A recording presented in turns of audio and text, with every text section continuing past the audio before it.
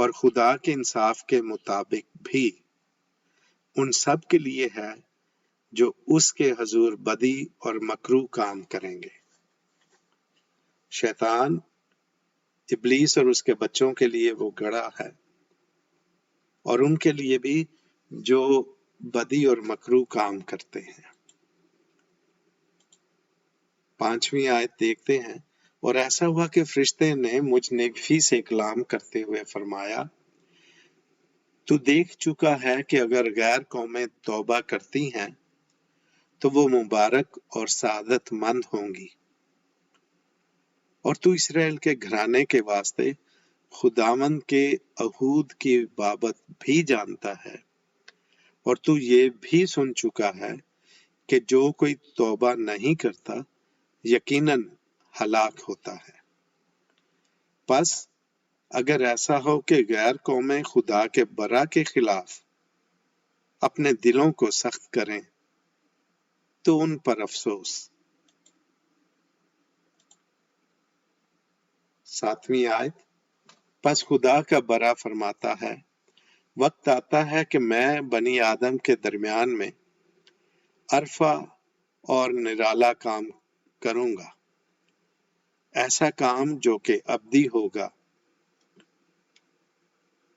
یا تو ایک طرف یا پھر دوسری طرف، یا ابدی زندگی اور سلامتی کے لیے ان کی ترغیب، یا انہیں ان کے اپنے دل کی سنگینی اور ان کی اپنی عقل کی تیرگی کے حوالے کرنا، تاکہ ان کو اسیری میں لایا جائے اور بربادی میں بھی، دنیاوی اور روحانی دونوں، ابلیس کی اسیری کے مطابق جس کا ذکر میں کر چکا ہوں۔ یہاں پر بہت دلچسپ بات جو ہے وہ رویا میں نیفی نبی کو بتائی گئی ہے، اور 13واں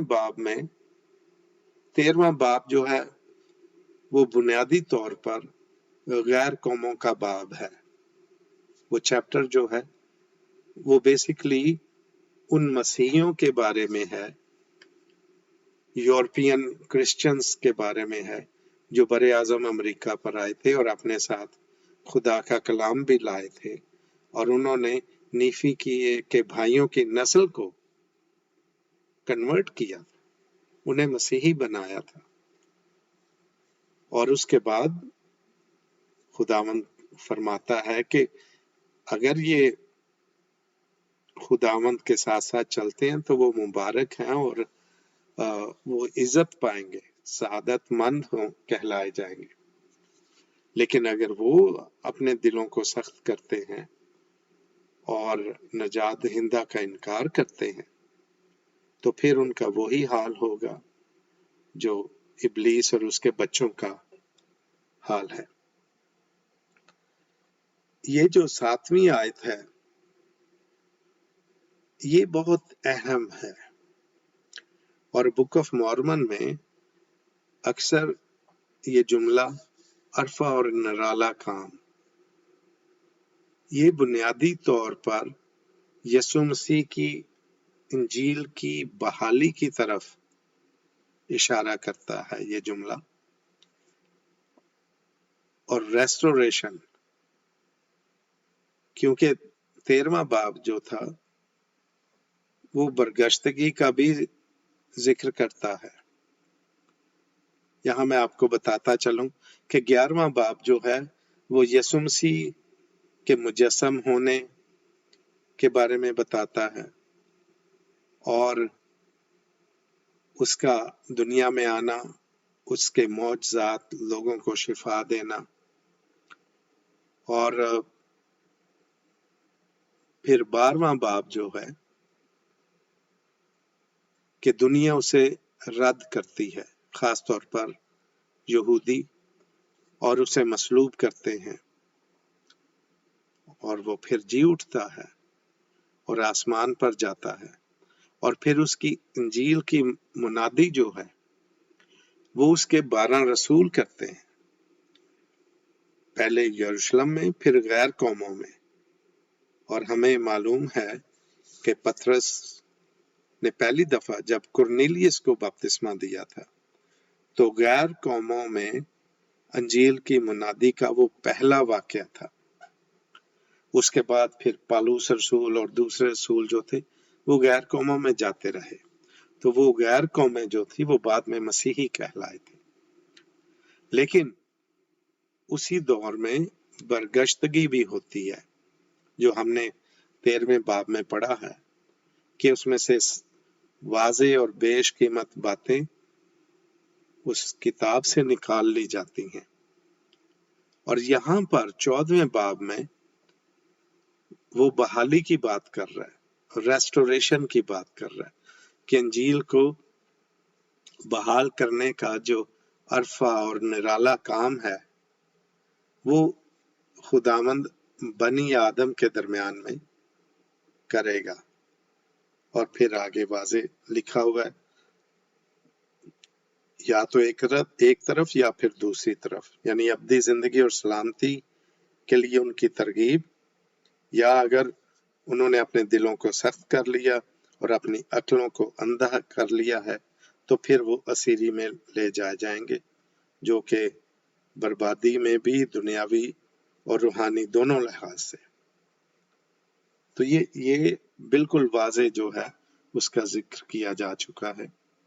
8ویں آیت میں ہم دیکھتے ہیں، اور ایسا ہوا کہ جب فرشتہ مجھ سے یہ باتیں کر چکا تو اس نے مجھے کہا، کیا تجھے اسرائیل کے گھرانے کے ساتھ آسمانی باپ کے عہود یاد ہیں؟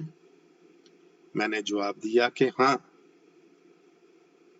تو دیکھیں، جب انجیل کی بحالی ہوتی ہے تو خداوند کے عہود بھی ساتھ بحال ہوتے ہیں.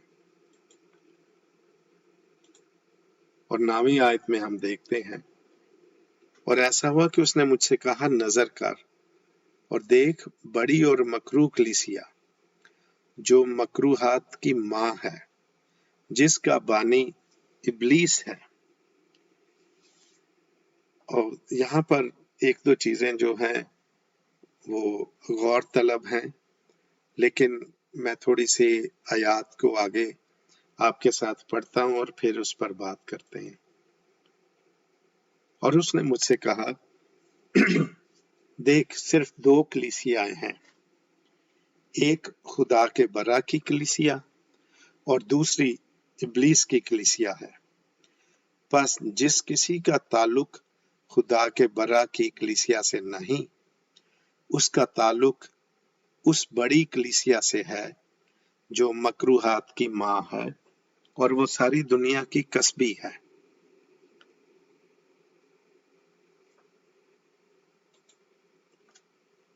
اور ایسا ہوا کہ میں نے نظر کی اور ساری دنیا کی کسبی کو دیکھا جو بڑے پانیوں پر بیٹھی تھی، اور ساری دنیا پر سب قوموں، قبیلوں، زبانوں اور امتوں پر اس کی بادشاہت تھی. اس سے کیا مراد ہے؟ سب سے پہلے لفظ کلیسیا جو ہے میں اس کی تھوڑی سی وضاحت کرنا چاہتا ہوں. عام طور پر آج کے دور میں کلیسیا جو ہے وہ مسیحیوں کا کوئی فرقہ یا کوئی جماعت یا آرگنائزیشن ہوتی ہے، لیکن یہ لفظ یونانی زبان سے آیا ہے، اور یونانی زبان میں کلیسیا کا مطلب اجتماع یا گروہ ہے، یا جماعت کو بھی کلیسیا کہا جاتا ہے. لیکن آج کے دور میں ہم اسے مذہبی تناظر میں دیکھتے ہیں، اور اس سے یہاں پر یہ مراد بالکل نہیں ہے کہ یہ کوئی مذہبی فرقہ ہے جو ایک خدا کی طرف ہے اور دوسرا خدا کی طرف نہیں ہے. یہاں پر صرف یہ سمجھ لیں کہ دو اجتماع ہیں، 2 جماعتیں ہیں، ایک برے کی اور دوسری ابلیس کی.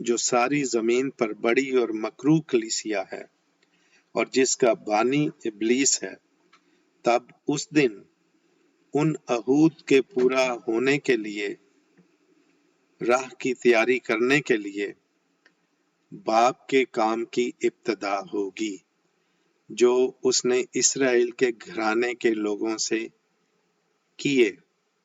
یہ وہ عہود ہیں جو خدا نے اسرائیل کے گھرانے سے باندھے تھے۔ آگے چلتے ہیں۔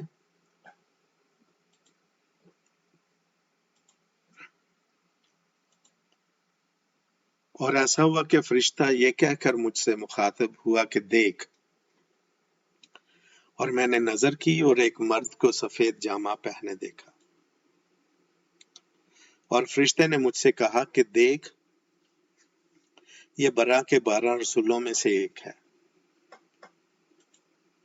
اور دیکھ وہ ان باقی ماندہ باتوں کو دیکھے گا اور قلم بند کرے گا، ہاں، اور بہت سی باتوں کو بھی جو بیت چکی ہیں۔ بہت دلچسپ بات ہے۔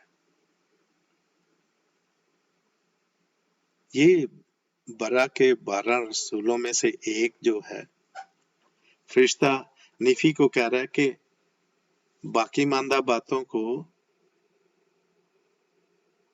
وہ دیکھے گا اور قلم بند کرے گا، اور بہت سی اور باتوں کو بھی جو بیت چکی ہیں، اور دنیا کی آخرت کی بابت بھی لکھے گا۔ بڑی دلچسپ بات ہے۔ آگے چلتے ہیں، دیکھتے ہیں کہ یہ کون سا رسول ہے جس کو یہ شرف حاصل ہوا۔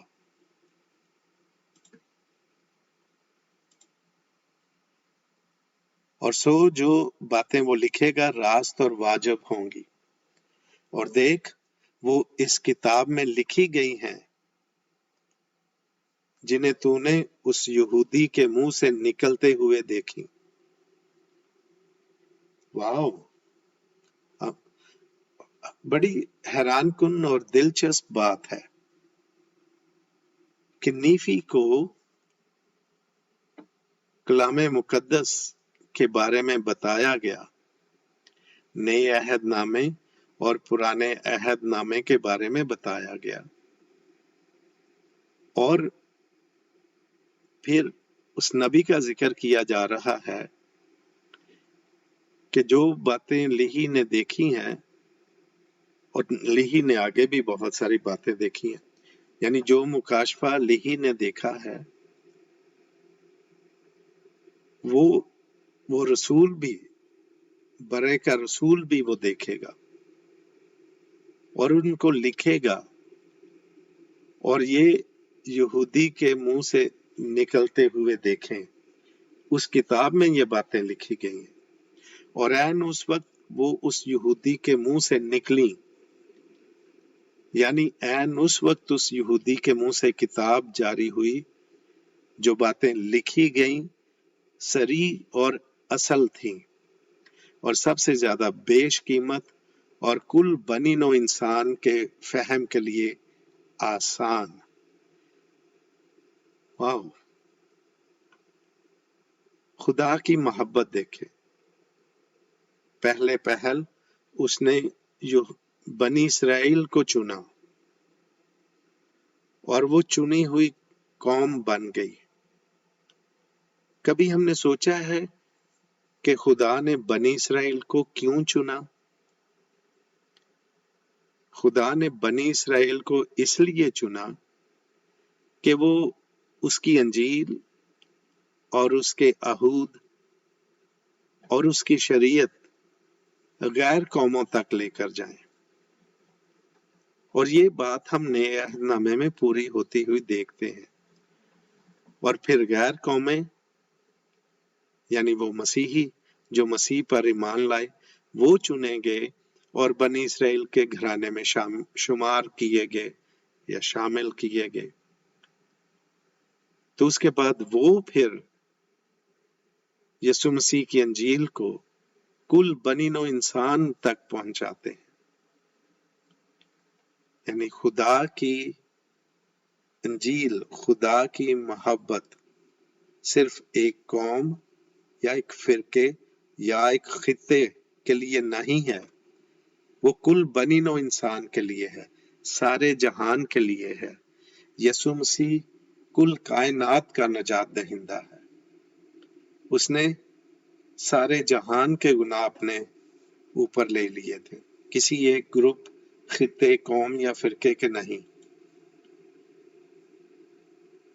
اور دیکھ، برا کا یہ رسول بہت سی وہ باتیں لکھے گا جو تو دیکھ چکا ہے، اور دیکھ باقی بھی تو دیکھے گا۔ یعنی وہ ساری باتیں وہ رسول لکھے گا جو تو دیکھ چکا ہے اور جو تو ابھی دیکھے گا، لیکن جو باتیں تو اس کے بعد دیکھے گا تو ان کو مت لکھنا۔ یہاں پر بندش آ گئی ہے، پابندی لگ گئی ہے نیفی کے لیے کہ اس کے بعد جو باتیں تجھے دکھائی جائیں گی، جو تجھ پر ظاہر کی جائیں گی، وہ تو نے نہیں لکھنی۔ اس کے لیے خداوند خدا کا رسول جو ہے وہ مقرر کیا گیا ہے کہ آخرت کی باتیں وہ لکھے گا۔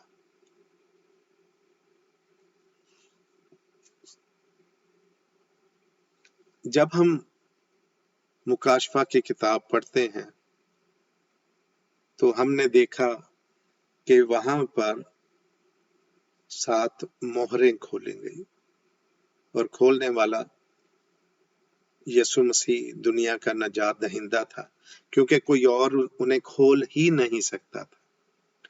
اور پھر ان 7 مہروں کا ذکر کیا گیا ہے، اور پھر اس کے معنی بھی بتائے گئے ہیں۔ لیکن میں یہ کہوں گا کہ جو 7 مہروں کا ادھر ذکر ہے، تو یہاں نیفی کی رویا میں نیفی کو 4 زمانوں کی رویا عطا کی گئی۔ تو وہ میں ذرا آگے میں نے پہلے بھی بتا چکا ہوں، لیکن ایک دفعہ پھر دہراؤں گا کہ وہ 4 زمانے کون کون سے تھے جو نیفی پر ظاہر کیے گئے۔ لیکن یہاں پر جو بات دلچسپ ہے کہ یہاں تک لکھنے کے بعد نیفی کو منع کر دیا گیا کہ وہ جو باتیں دیکھے گا اسے نہ لکھے، اور اس کی وجہ بھی بتائی کہ برے کا جو رسول ہے، 12 رسولوں میں سے ایک، اس کو یہ ذمہ داری دی گئی ہے، اس کو یہ اسائنمنٹ سونپی گئی ہے کہ وہ لکھے گا۔ تو آگے چلتے ہیں۔ اور اوروں کو بھی جو گزر چکے ہیں ان کی ساری باتیں وہ دکھا چکا ہے، اور وہ انہیں لکھ چکے ہیں، اور خداوند کے اپنے مقررہ وقت پر اس سچائی کے موافق جو برا میں ہے، اسرائیل کے گھرانے کے واسطے اصلی حالت میں سامنے لانے کے لیے انہیں مہر بند کیا گیا ہے۔ آپ دیکھ رہے ہیں کہ کس طرح سے الہام جو ہے، خداوند کی باتیں جو ہیں وہ تہ در تہ ہیں، اور کیسے فرشتہ ان کی جہتوں کو، ان کی جو تہیں ہیں ان کو کھول رہا ہے۔ اور اس آیت میں جہاں تک مجھے سمجھ آئی ہے، نیفی کو مورمن کی کتاب کے بارے میں بھی بتایا گیا ہے،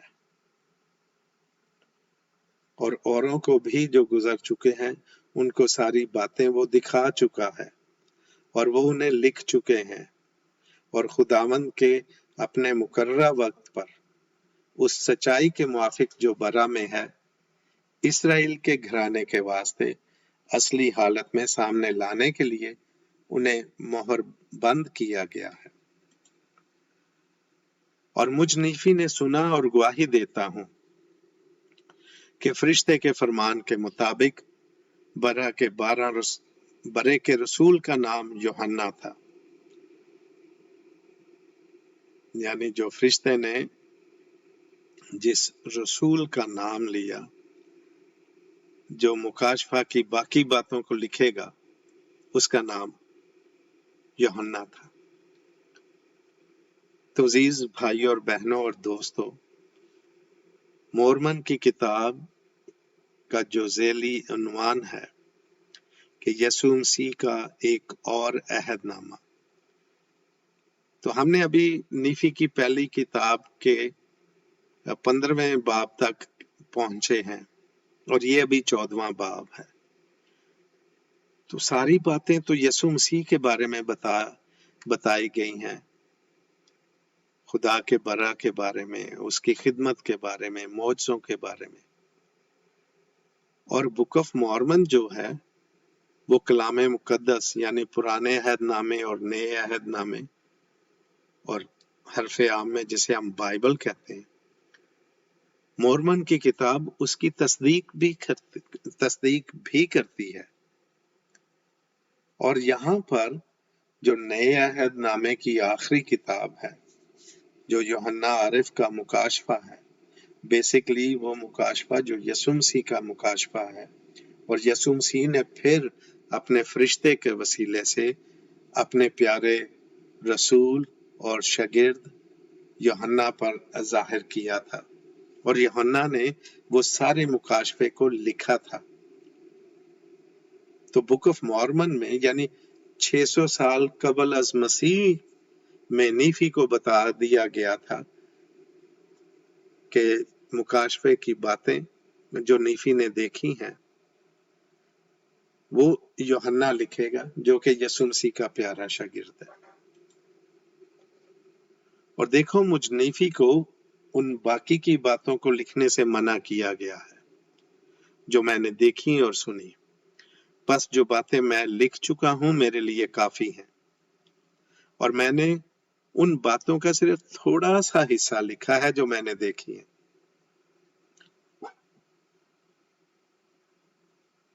حیران ہوگے نا آپ؟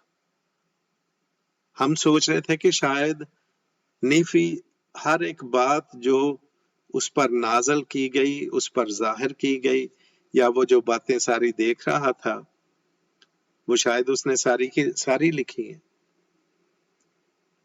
لیکن یہاں پر وہ آ کر کہتا ہے کہ نہیں بھائی، ایک تو مجھے یہاں تک لکھنے کے لیے اجازت تھی، اس سے آگے مجھے لکھنے سے منع کیا گیا.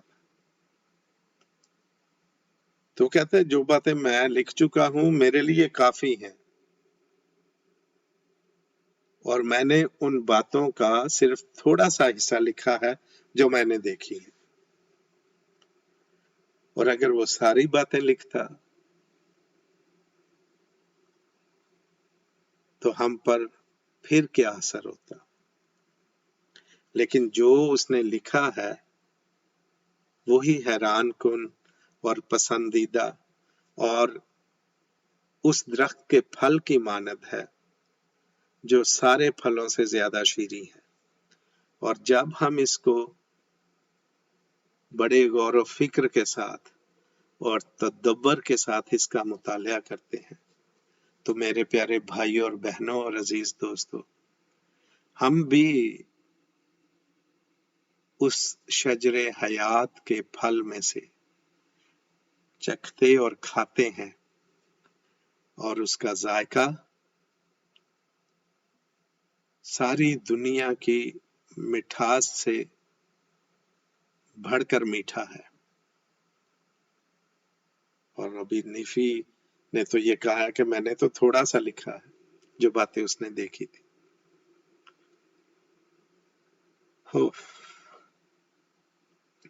کیا ہی خوبصورت بات ہے. تو آگے دیکھتے ہیں.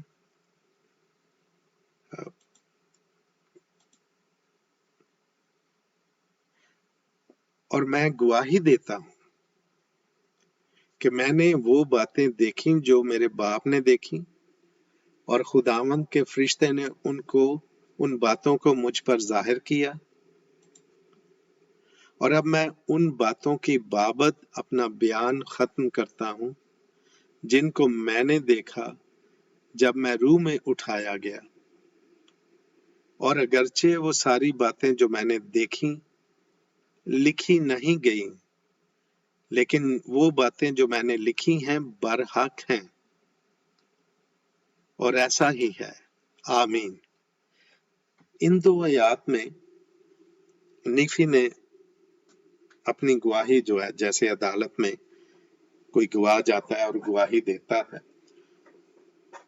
تو اسی طرح نیفی بارگاہ الہی میں یعنی خداوند کی عدالت میں ہم سب کے واسطے یہ گواہی دیتا ہے کہ جو باتیں اس نے دیکھی ہیں اور لکھی ہیں، یا جتنی باتیں بھی اس نے لکھی ہیں، کیونکہ دیکھی تو اس نے بہت زیادہ تھی، لیکن جتنی بھی اس نے لکھی ہیں وہ برحق ہے۔ کیا خوبصورت بات ہے! مجھے تو وہ شجر حیات جو لیہی نے دیکھا اور جس کا پھل اس نے چکھا، مجھے تو ایسا لگ رہا ہے کہ چند ابواب کو پڑھ کر وہی ٹیسٹ میرے اندر آ گیا ہے۔ تو اس لیے میں بھی گواہی دیتا ہوں کہ یہ واقعی زندہ اور سچا مسیح کا کلام ہے۔ کیوں؟ کیونکہ اس میں مسیح کی باتیں ہیں۔ اگر شجر حیات یسوع مسیح کا استعارہ ہے تو پھل جو ہے اس کی باتیں ہیں۔ چلیے آگے دیکھتے ہیں 15واں باب، تاکہ یہ سبق بھی جلدی آپ تک پہنچے اور آپ بھی اس سے استفادہ کریں، فیض پائیں، اور جو باتیں میں نے سیکھی ہیں آپ ان باتوں سے زیادہ سیکھیں۔ 15ویں باب کی پہلی آیت، اور ایسا ہوا کہ میں نیفی روح میں اٹھائے جانے اور ان ساری باتوں کو دیکھنے کے بعد میں اپنے باپ کے خیمہ کی طرف لوٹا، اور ایسا ہوا کہ میں نے اپنے بھائیوں کو دیکھا، اور وہ ایک دوسرے کے ساتھ ان باتوں کے بارے میں تکرار کر رہے تھے جو میرے باپ نے ان سے بیان کی تھی۔ پس اس نے در حقیقت کئی بڑی معنی خیز باتوں کا ان سے ذکر کیا جن کا ادراک پانا دشوار تھا جب تک خداوند سے دریافت نہ کیا جائے،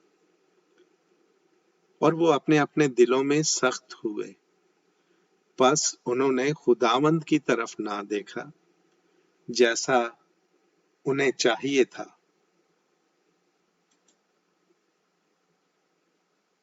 اور اب میں نیفی ان کے دلوں کی سنگینی کی وجہ سے اور ان باتوں کے سبب سے بھی جو میں دیکھ چکا تھا رنجیدہ ہوا، اور جانا کہ بنی آدم کی شدید بدی کے سبب سے ان کا واقع ہونا ناگزیر ہے۔ یہ 4 آیات آپ کے سامنے ہیں۔ جب نیفی نے رویا دیکھ لی، خداوند کا مکاشفہ اس پر ظاہر ہو چکا،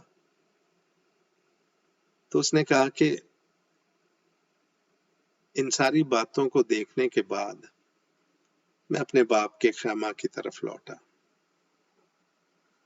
اور جب وہ وہاں لوٹا تو کیا دیکھتا ہے کہ اس کے بھائی ایک دوسرے کے ساتھ ان باتوں کے بارے میں تکرار اور بحث کر رہے ہیں جو اس کے باپ نے بیان کی تھی۔ تو پھر نیفی کہتا ہے کہ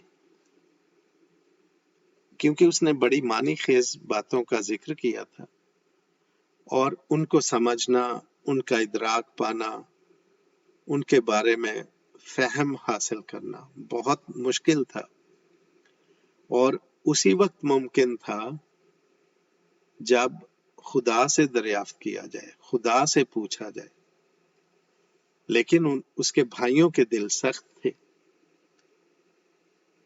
تو انہوں نے خدا کی طرف نہیں دیکھا، خدا کی طرف رجوع نہیں لائے، جو کہ انہیں چاہیے تھا کہ وہ خدا کی طرف جائیں۔ یہ پہلی 3 آیات جو ہیں،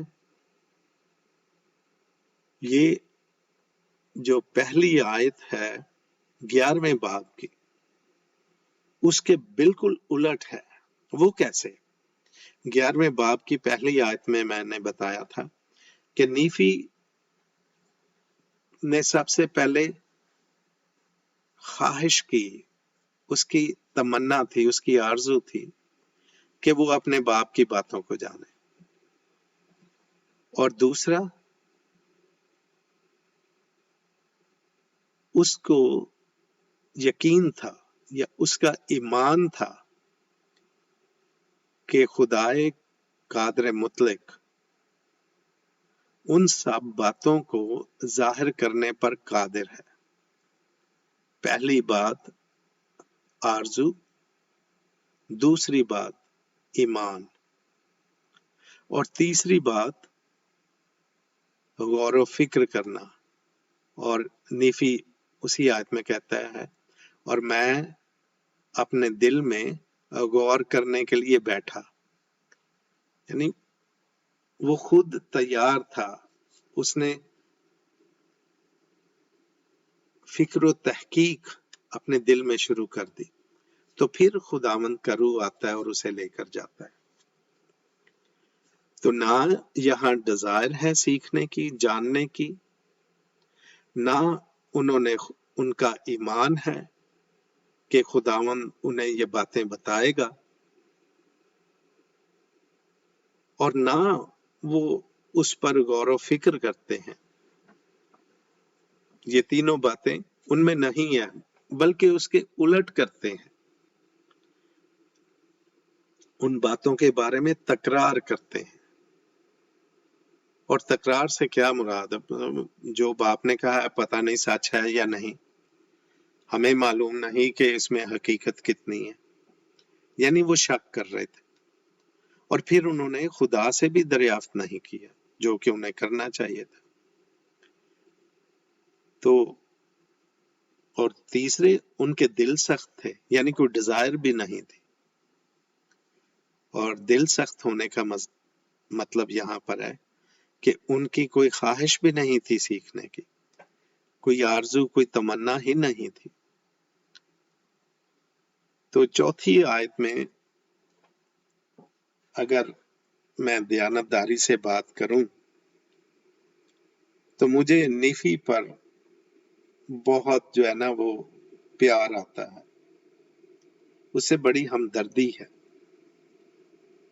وہ کہتا ہے کہ اب میں نیفی ان کے دلوں کی سنگینی کی وجہ سے، سختی کی وجہ سے، اور ان باتوں کے سبب سے بھی جو میں دیکھ چکا تھا۔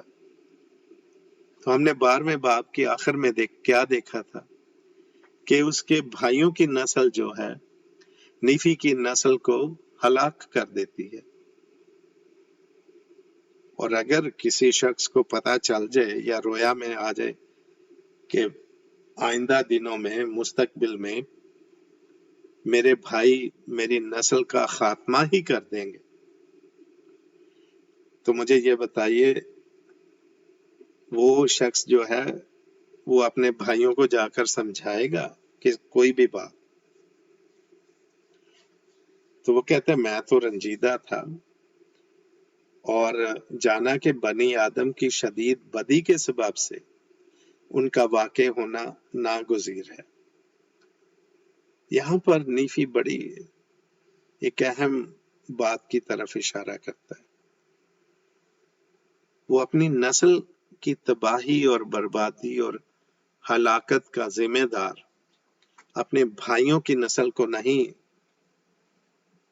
بناتا،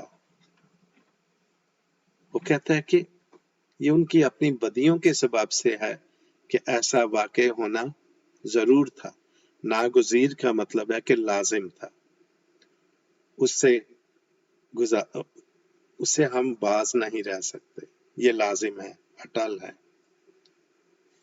تو وہ پھر آگے کیا کہتا ہے؟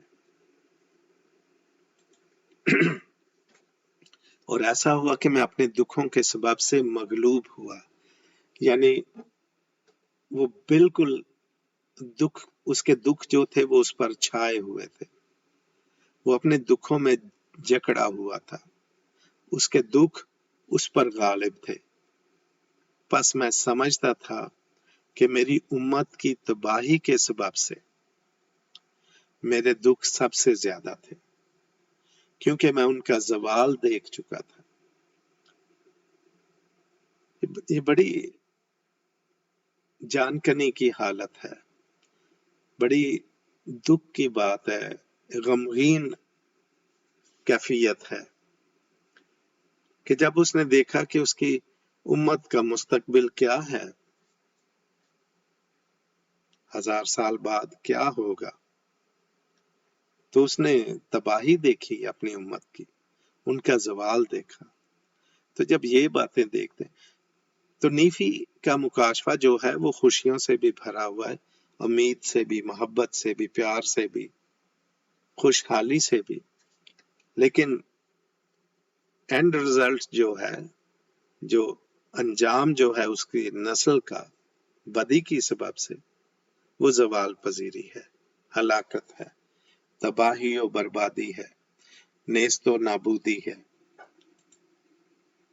تو پھر بھی، اور ایسا ہوا کہ میں ہمت پانے کے بعد، یعنی تھوڑی سی اس نے اپنے آپ کو ہمت دلائی، اپنے بھائیوں سے ان کی تکرار کا سبب معلوم کرنے کی امید لیے ہوئے ہم کلام ہوا۔ پھر بھی اس کو پتا ہے کہ اس کے بھائی، کیونکہ اس نے اپنے بھائیوں کی نسل کا بھی مستقبل دیکھا، تو بھائیوں کی نسل نیفی کی نسل کو ہلاک کرے گی اور پھر خود بھی ہلاک ہو جائے گی، اور غیر قومیں جو ہیں وہ ان پر چڑھ دوڑیں گی اور غیر قوموں کا غضب ان پر ہوگا۔ تو کہتا ہے پھر بھی ان کی تکرار کا سبب معلوم کرنے کے لیے میں ان کے پاس گیا، ان سے بات کی، اور انہوں نے کہا، دیکھ ہم ان باتوں کو سمجھ نہیں سکتے جو ہمارے باپ نے زیتون کے درخت کی قدرتی شاخوں کی بابت اور غیر قوموں کی بابت بھی فرمائی ہیں۔ اور دیکھیے نیفی کا یہ جو انہوں نے سوال کیا کہ ہم تو یہ بات نہیں سمجھ سکتے، تو نیفی نے کیا جواب دیا؟ میں نے ان سے کہا، کیا تم نے خداوند سے دریافت کیا ہے؟ ابھی ابھی تو نیفی دریافت کر کے آیا ہے، اور وہی وہ میتھڈ، وہ طریقہ اپنے بھائیوں کو بتا رہا ہے کہ جس بات کی سمجھ نہیں آتی تو کہاں جانا ہے، کس سے پوچھنا ہے؟ خداوند سے۔ تو وہی بات وہ کہتا ہے، کیا تم نے خداوند سے دریافت کیا ہے؟ تو اس کے بھائی اس کو کیا جواب دیتے ہیں؟ اور انہوں نے مجھ سے کہا، ہم نے نہیں کیا، کیونکہ خداوند ہم پر ایسی باتیں ظاہر نہیں کرتا۔ واہ! خود ہمت نہیں کی، خود خدا کے پاس نہیں گئے، اور کہتے ہیں کہ ہم نے دریافت نہیں کیا، وہ تو ایسی باتیں ہمیں بتاتا ہی نہیں ہے۔ کیا آج کے دور میں بھی ایسے لوگ نہیں ہیں جو کہتے ہیں کہ خداوند ہم کلام نہیں ہوتا، خداوند ہمیں بھید کی باتیں نہیں بتاتا؟ یا آج کے دور میں لوگوں کا خداوند پر الزام ہے کہ وہ ہماری دعائیں نہیں سنتا، خداوند کی نظر ہم پر نہیں ہے، خداوند نے منہ موڑ لیا ہے۔ ایسی باتیں ہمیں آج کے دور میں بھی ہمارے معاشرے میں ہمیں ملتی ہیں، کیونکہ لوگ کرتے ہیں۔ وہ خداوند سے دریافت کرنے کی بجائے انہوں نے خداوند کے خلاف، یہ میں لفظ بنانے لگا ہوں، مجلس گلہ و شکوہ منعقد کی ہوتی ہے۔ وہ خداوند سے گلے کرتے ہیں، شکوے کرتے ہیں، ہم نے روزے رکھے لیکن ہماری یہ مراد پوری نہیں ہوئی، ہم نے اتنی دعائیں کی ہماری نہیں سنی گئی، لیکن دریافت نہیں کرتے، پوچھتے نہیں۔ کیوں؟ کیونکہ وہ خداوند کو بتاتے ہیں کہ ہمارے لیے یہ کر، ہمارے لیے وہ کر، ہمیں گھر دے، ہمیں نوکری دے، ہماری یہ مدد کر، لیکن اس کی مرضی کوئی نہیں پوچھتا۔ ہم نے یا ہم میں سے اکثر نے خداوند کے ساتھ کوئی کاروباری رشتہ بنا لیا ہوا ہے، یا دوسرے لفظوں میں کوئی تجارتی تعلق قائم کیا ہوا ہے کہ میں دائیکی دوں گا تو پھر یہ میرا کام کرنا، میں روزہ رکھوں گا تو میرا وہ کام کرنا۔ اور یہ تجارتی تعلقات، لین دین خدا کے ساتھ نہیں۔ خدا کے ساتھ تو محبت کا رشتہ، عشق حقیقی کا رشتہ ہمیں وہ قائم کرنا ہے۔ ہم نے اس کی مرضی دریافت کرنی ہے۔ ہماری مرضی تو وہ جانتا ہے کہ ہماری مرضیاں کس طرح کی ہوتی ہیں، لیکن اگر ہم اس کی مانند بننا چاہتے ہیں، اس کے برگزیدہ بننا چاہتے ہیں، تو ہمیں اس کی مرضی پر چلنا ہے، اس کی مرضی جاننا ہے، اس سے دریافت کرنا ہے کہ جو کلام، جو باتیں اس نے ہمیں بتائی ہیں ان کا مطلب کیا ہے۔ تو یہ وہ بات ہے جو نیفی اپنے بھائیوں کو بتاتا ہے، تو وہ کہتے ہیں کہ ہم نے دریافت نہیں کیا کیونکہ خداوند ہم پر ایسی باتیں ظاہر ہی نہیں کرتا۔ لامن اور لیمیل، تمہارا بھی کوئی جواب نہیں۔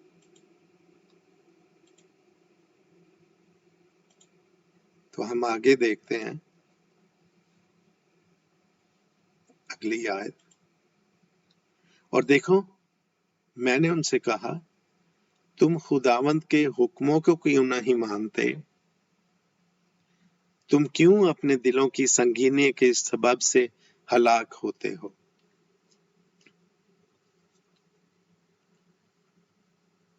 یہ ہے جواب ان کے الزام کا جو انہوں نے خداوند پر لگایا۔ اور نیفی نے ان کو کہا کہ تم خداوند کے حکموں کو کیوں نہیں مانتے؟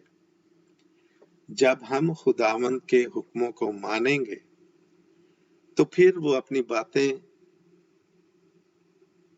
جو اس نے بتائی ہیں ان کے معنی جاننے کے لیے ہم اس کے پاس جائیں گے اور وہ ظاہر کرے گا۔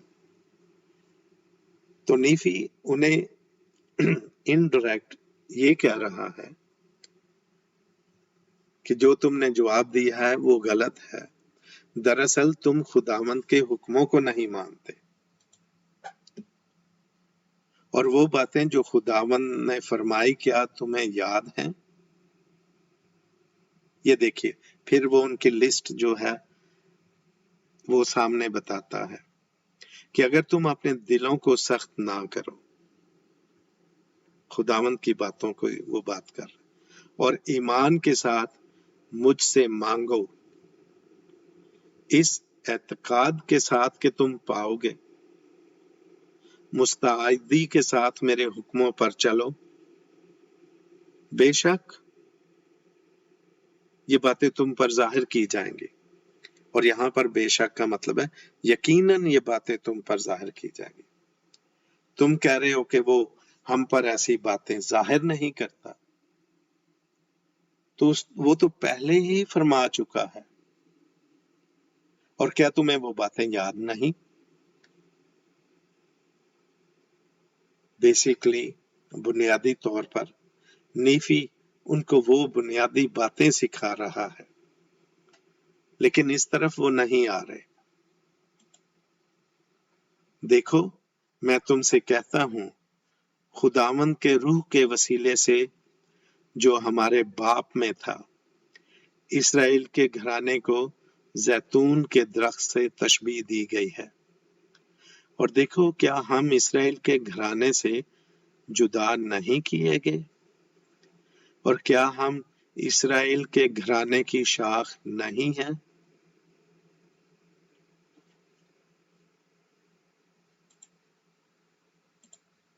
اور اب غیر قوموں کی معموری کے وسیلے سے قدرتی شاخوں کی پیوند کاری کے متعلق ہمارے باپ کی مراد یہ ہے کہ آخری ایام میں جب ہماری نسل بے اعتقادی میں روبہ زوال ہوگی، ہاں کئی برسوں تک اور کئی پشتوں کے بعد بنی آدم پر ممسوح کا مجسم ظہور ہوگا، تب ممسوح کی انجیل کی معموری غیر قوموں پر نازل ہوگی اور غیر قوموں سے ہماری نسل کے بقیہ پر.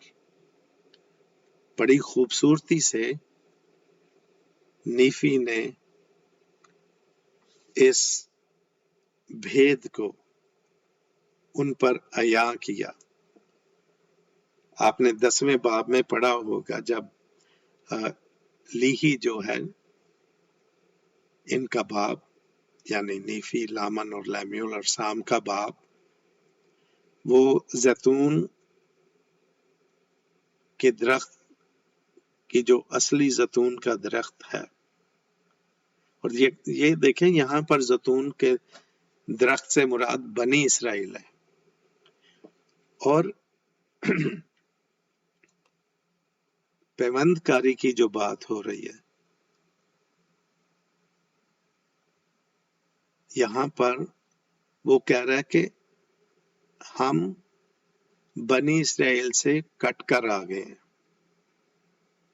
ہم بیابان میں ہیں. تو ہم دراصل اس زیتون کے درخت کی شاخیں ہیں، قدرتی شاخیں ہیں. ہم تو وہاں سے کٹ کر آ گئے، ٹھیک ہے. لیکن جب بنی آدم پر ممسوح کا یعنی مسیح کا مجسم ظہور ہوگا تو جو قدرتی شاخیں نہیں ہیں، جو غیر قومیں ہیں، ان کی پیوند کاری زیتون کے درخت سے کی جائے گی. یعنی وہ شاخیں جو دراصل زیتون کے درخت کی نہیں تھیں، یسوع مسیح کی انجیل کیونکہ ان پر نازل ہوگی تو وہ زیتون کے درخت میں لگائی جائیں گی، پیوند کاری ہوگی، تو وہ اس درخت کا حصہ بن جائیں گے. لیکن یہ جو شاخیں جو اس درخت سے کٹ کر آ گئی ہیں اور بیابان میں ہیں، وہ جو پیوند کی گئی شاخیں ہیں وہ ان تک پہنچیں گی، یعنی جو شاخیں کٹ گئی ہیں. اور اس دن ہماری نسل کا بقیہ جانے گا کہ وہ اسرائیل کے گھرانے سے ہیں اور کہ خداوند کے معبودہ لوگ ہیں. اور پھر وہ جانیں گے اور اپنے آباء و اجداد کا علم اور اپنے مخلصی دینے والے کی انجیل کی معرفت بھی پائیں گے، جس کی اس نے ان کے باپ دادا میں منادی کی تھی. بس وہ اپنے مخلصی دینے والے کے عرفان اور اس کی تعلیم کے ہر اس نقطے کو پالیں گے تاکہ انہیں علم ہو کہ کس طرح اس کی طرف رجوع لانا اور نجات پانا ہے۔ تو وہ جو پیوند کاری سے شاخیں زیتون کے درخت کے ساتھ لگائی گئی تھی، ان کی بدولت یہ جو اصلی شاخیں ہیں خدا کا کلام اور مسیح کی انجیل پہنچے گی، تو پھر یہ جانیں گے، یہ خدا کا علم الہی بھی پائیں گے، معرفت بھی پائیں گے، تعلیم کا ہر نقطہ بھی یہ سمجھ لیں گے، تاکہ انہیں علم ہو کہ کس طرح اس کی طرف رجوع لانا اور نجات پانا ہے۔ اور پھر اس روز کیا وہ شادمان نہ ہوں گے اور اپنے خدا اور اپنے ابدی خدا کی ستائش نہ کریں گے جو ان کی چٹان اور ان کی نجات ہے۔ ہاں، اس روز کیا وہ انگور کے حقیقی درخت سے قوت اور تقویت نہ پائیں گے؟ ہاں، کیا وہ خدا کے حقیقی غلہ میں شامل نہ ہوں گے؟ دیکھو، میں تم سے کہتا ہوں، ہاں، وہ اسرائیل کے گھرانے میں دوبارہ یاد کیے جائیں گے۔ وہ زیتون کے درخت کی حقیقی شاخ ہوتے ہوئے پیوند کیے جائیں گے، یعنی اس زیتون کے حقیقی درخت، اور زیتون کا جو درخت ہے وہ بنی اسرائیل ہے، انگور کا حقیقی درخت جو ہے وہ یسوع مسیح کی علامت ہے۔ اسی لیے 15ویں آیت میں ہے کہ اس سے وہ قوت اور تقویت پائیں گے، اور پھر وہ اسرائیل کے گھرانے میں دوبارہ یاد کیے جائیں گے، اور جو زیتون کا حقیقی درخت ہے جو بنی اسرائیل ہے، اس درخت کی جو حقیقی شاخیں یہ ہیں، نیفی اور اس کے بھائیوں کی نسل، یہ دوبارہ اس میں پیوند کاری کی جائے گی ان کی، یا پیوند کیے جائیں گے۔ اور ہمارے باپ کا یہی مطلب ہے، اور اس کی مراد یہ ہے کہ جب تک غیر قومیں انہیں منتشر نہیں کر دیتی ایسا نہ ہوگا، اور اس کی مراد یہ ہے کہ ایسا غیر قوموں کے وسیلے سے ہوگا کہ خداوند غیر قوموں پر اپنی قدرت ظاہر کرے گا، اور اسی سبب سے یہودی یا اسرائیل کا گھرانہ اسے رد کرے گا۔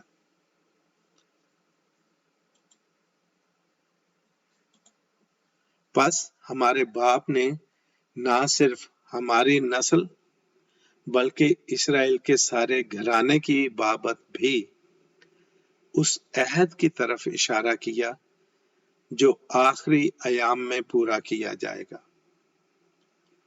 وہ عہد جو خداوند نے ہمارے باپ ابراہیم سے یہ کہہ کر باندھا کہ تیری نسل کے وسیلے سے زمین کے تمام قبیلے برکت پائیں گے، یہ ہے ابراہیمی وعدہ۔